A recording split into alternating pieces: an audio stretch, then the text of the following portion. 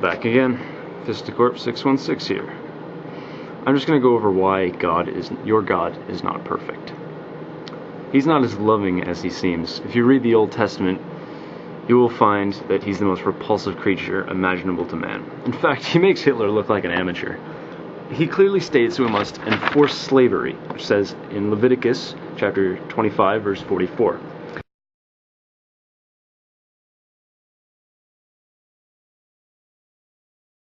We must oppress women because they're an embarrassment to men. It's in 1 Timothy chapter 2, verse 11-15, and 1 Corinthians chapter 14, verse 34.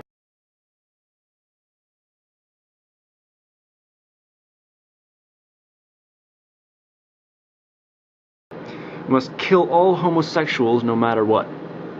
That's ridiculous. Found in Leviticus chapter 20-13. So, if you're gay, you're gonna die.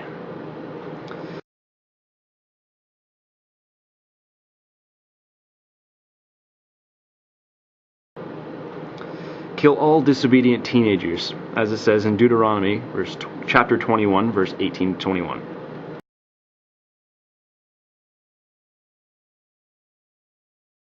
Kill all who happen to work on Sundays, the Sabbath day. It says this in Exodus chapter 31, verse 15.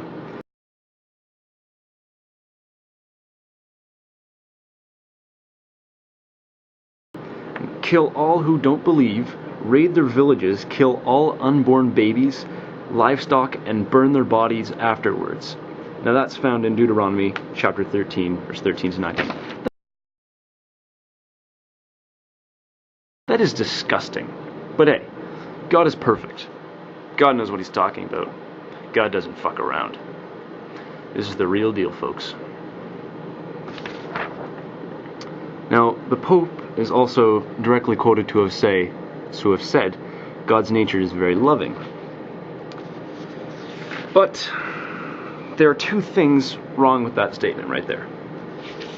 First, if you're a person who read the Old Testament, how could you in any way possible say that God's nature is loving? That's quite obvious. Now, secondly, if God is so loving, why would he sentence us to eternal damnation in hell, where we will choke, scream, suffer, burn for just not believing in him, when he left no visual, audio, or scientific evidence on earth? Why couldn't he leave a huge mountain shaped in his image? Or why couldn't he make clouds that are undisputably look like Jesus or God? No matter how honest or caring or loving or respectful and selfless or morally good you are on earth, God will make you suffer for eternity if you don't believe in him. Sorry to burst your bubble of a kind God, but that is not loving at all. If you're a Christian or extremely religious person, you're probably going to make irrational excuses like, no, the Old Testament doesn't count anymore. If it didn't count, then that means the Ten Commandments don't count anymore, because they are part of the Old Testament.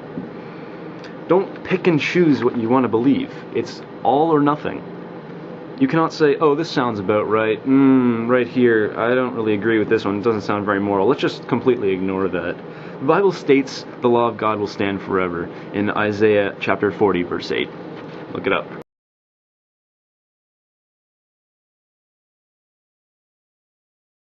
If Isaiah says it's going to stand, God's word stands. You cannot say it doesn't count anymore, yet pick and choose what you want to believe in for God's law. Take care.